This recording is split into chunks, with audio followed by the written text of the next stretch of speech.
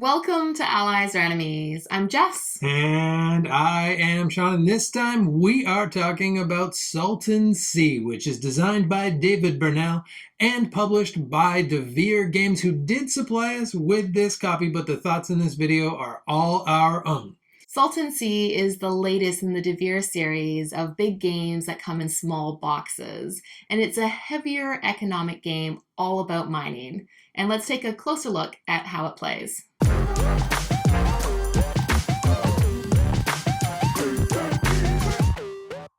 You begin the game with 4 workers and a handful of cards, and throughout the game you will be placing these workers either on your board or on those cards to do things like acquiring drilling licenses, drilling down into your mine, extracting brine from your mine, processing that brine to make lithium and energy, fixing your machinery, selling various products, gaining contracts and then fulfilling them for big points, buying shares in various companies, and gaining research, which helps you do all the other stuff. As you do all of this, you will also be gaining and spending money, but the catch is your money cards are both your funds and your actions. All of these actions are also on your board, but the cards offer souped up versions of those actions. The game ends once you can't refill the mining licenses, or 2 of the corporations have closed for business. Then you add up points for leftover money, products in your warehouse, shares you gained, research cards, and objectives. And then the most efficient producer of energy is named. So that's how it plays. And I think the most interesting thing is that your actions are tied to your money. And I hadn't seen that before. So it is a really difficult decision anytime you have to spend money about what cards you're going to spend, because then you won't have those stronger actions available. You always have the base game actions on your board, but their cards are always going to be better. Yeah, it really is interesting having those because you want to keep those actions, especially when you have the $3 and the $5 cards. Those actions are terrific. But $3 or $5 is a fortune in this game because money is super tight. It's tight in a good way, but it's very, very, very tight. And every time you spend a dollar, you're losing an action, and you don't get change as well. So if you spend a 3, like if you need to pay a dollar and you don't have any dollars and all you've got is a 3, oh boy, that is tough. And if it's not in the bank as well, if it's not really a bank, but the card row, if there's no dollars there, tough. You just can't take a dollar right now. And that whole system is super, super interesting. And also just what actions are available, because you may not Hmm. have what you want available for some time too, which can make it tricky to only do the single action. And you mentioned how tight this game is. It is incredibly tight. And the first time we played it, I did not like it. I thought, I don't want to play this again, because it just felt so challenging. Everything felt so difficult. But the more we played it, the more like I just realized how to do things, and it wasn't so frustrating. I think by game 3, I was like, "Oh, it's a really good game." Yeah, every play has been so much more interesting, which I think says a lot about this game. Because if we reviewed this after that first play, this would be we would be singing a very different tune. Because we were both like, I don't even know if I want to review this. I don't know if I like this game. This is so hard. And then I played it again solo because I thought maybe it's a bit better solo. Let me tell you, the solo bot so hard. It is. Oh my goodness, it's such a challenge. But that made me think, oh, I did a lot better this time than that first time. And then I talked you into playing it again and was just like, you know what? I think we need to sell more stuff than we did at first. I think the economy works different than we thought it did in our heads. And as we've done that, as we've kind of started to like see those different routes to how to get to everything, it's just gotten so much more interesting every single game. And this last game that we played, I was like, I think I really, really like this now. And but you got to know you're gonna go on that journey. It's gonna take you, 3 games, 4 games, maybe 2 games if you're a lot smarter than us. I don't know, but it's gonna take you a few games to get your head around this system. And those first games are gonna be a bit painful. But it's amazing how much they crammed into such a small size Hmm. box, because it is a really heavy game. It's almost Lacerda style in terms of like the interconnectedness of everything, but just with a smaller game box and a more kind of slightly approachable system, I would say. And a more approachable price tag too. Yeah. I'm just gonna come out and say we don't usually talk about prices of games, but my goodness, these Devir games, they're like 25 pounds for so much game in such a tiny box. And you know what? I think that's worth talking about because that makes a big difference, especially for this sort of game too. And I do think the wrong kind of person could pick this up. Like if you're a new gamer and you were to buy this, you would be like, oh my goodness, this is so hard because it's so hard.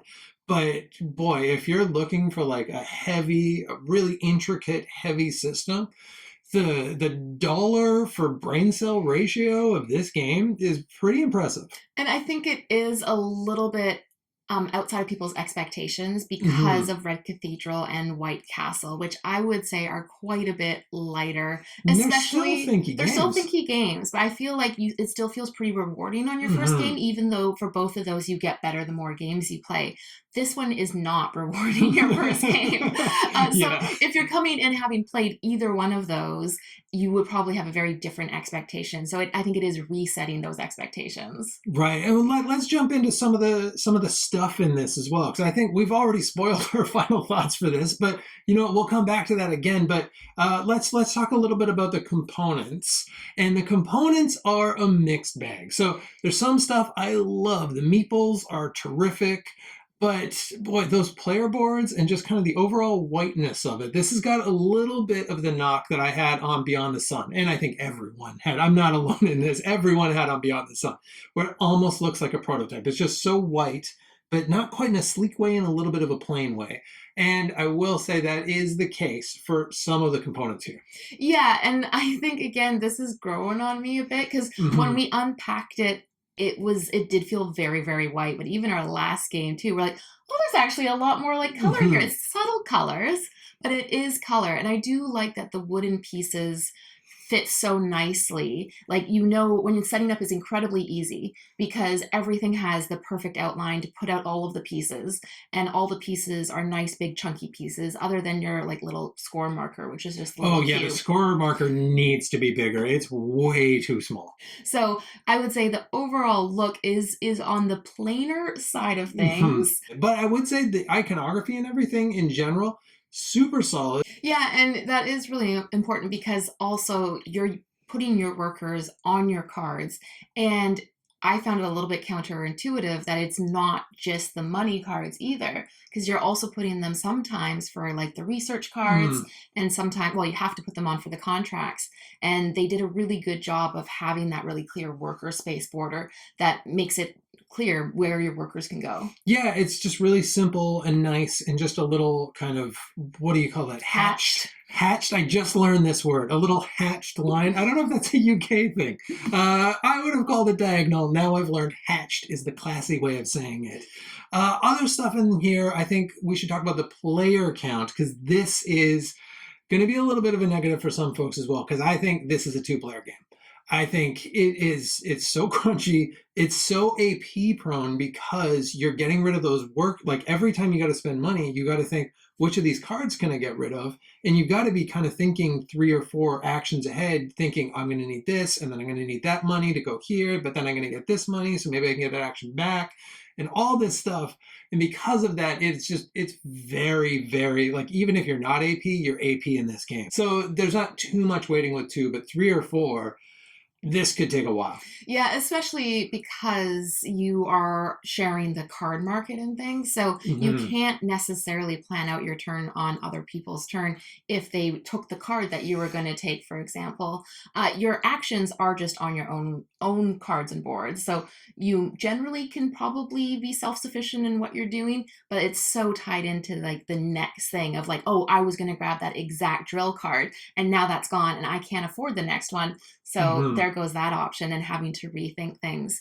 And so with more players, you don't even get the benefit of the cards refreshing more. You start with like Right. an extra card maybe in the row, but for the money cards, once those ones are taken, they don't refresh. So it's not an issue of a more refreshing market at higher player counts. Yeah, it just goes away. And those cards, even in a two-player game, you've got 4 cards in a two-player game, and I think it's 5 cards in a three-player game, 6 in a four-player game. But in a two-player game, the $1 cards, those go quick. And even sometimes the contracts, like we'll run out of stuff, which is good. Like this is not a complaint, but yeah, it's gonna run out so fast. Also, there is the solo mode, which I mentioned, and it works well. Like it's a deck of cards that you play out, and that decides what the bot is going to do. And it's a fairly simple. Again, it is kind of thinking you got to kind of look through each of the actions. Once you've done them each once or twice, you're going to know how that works.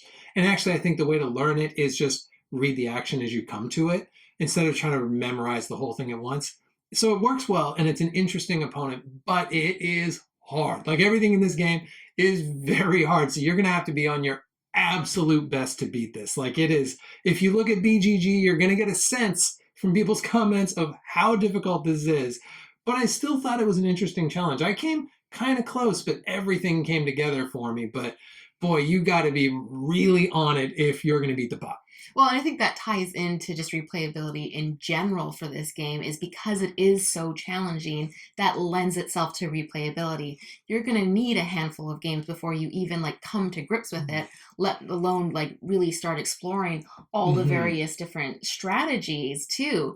And I think that is interesting because it plays a little bit like viticulture in that there's a path that you need to do because you need to drill, then you need to extract, then you need to convert, and you need to get contracts. But there is so many different levers that you can still introduce in that because there's also the research cards that are going to change how things are going to go. You might not do as many contracts and sell things to get a lot of money. We haven't really done much of the whole like stock market, but that could be another avenue too. Yeah, the stock market, it doesn't feel like it's the way to get points, which is why we haven't done it a lot yet. But it could be, and it is a way to get a lot of bonuses too. And so that is one of those ways when you're like, oh, I don't know how I'm ever going to do this. And then you look at that and think, oh, I could spend like $2, move this little stock market token up once. I'm going to get that token. That token is going to give me this other action I've been trying to do for free. And then you're off to the races. So there are these different paths that you find, and through those research cards as well. And you find more of those paths every time that you play. I don't know if we're going to play like our 6 or 7 game and we're going to kind of hit that roof and be like, okay, we found all the paths. We're good at this now. And I think even if you reach the point that you're kind of as good as you can be, it's still an interesting puzzle and efficiency to try and make it work with the cards that are presented, because the cards are always going to come out in a different order too. And I think that's everything that we wanted to cover. So in terms of our final thoughts, who do you think this game is for? Yeah, I think this is definitely for gamers who've got quite a few games under your belt that you want to have that like a heavy economic. It's dry, it's hard. So know those things. There's a bunch of things to remember. There's a hard learning curve. There's all of these things that could definitely be bumps for a lot of gamers. If you're okay with all of that stuff, though, I think there's such an interesting, satisfying puzzle in here. I will say as well, one thing we didn't point out is that there's very low interaction in this, at least direct interaction. So there's interaction through the cards. There's some interaction through the stock market as you move those up. But there's not going to be a lot of like, take that back and forth directly. In case you wanted that. I don't think you would want that in this game. It would make it impossible. I think you'll be very happy that that's not here. But if that's what you like, it's not here. Yeah, and I would say as well is because I first saw it and I really saw the stock market thing in the middle and thought it was really going to be more of like a market manipulation. And it is a little bit because as you sell things and the price goes up, people are going to be influenced by the shares that they buy. But that is, I would say, a really minor part. So if you are really interested in that aspect of the game, that isn't the forefront of it. It's more of a separate one. And like I said it before, but I'll say it here in final thoughts. If you have played Red Cathedral and you've played White Castle or one or the other, and you thought, I love these games, this is a step up. So this is a lot harder than either of those. So do change your expectations.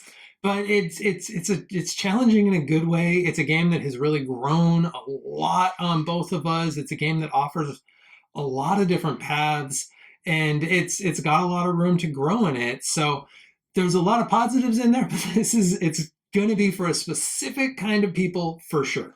And that is it. That is Salton Sea, the latest in Devir's terrific sized box. This, for my money, this is the best sized box in board games. I will buy them just because they're this size and we can fit so many more on our shelves. I love it. Thank you so much for watching. Please let us know in the comments if you've played Salton Sea. And as usual, please like, subscribe, and hopefully we'll see you next time for another game.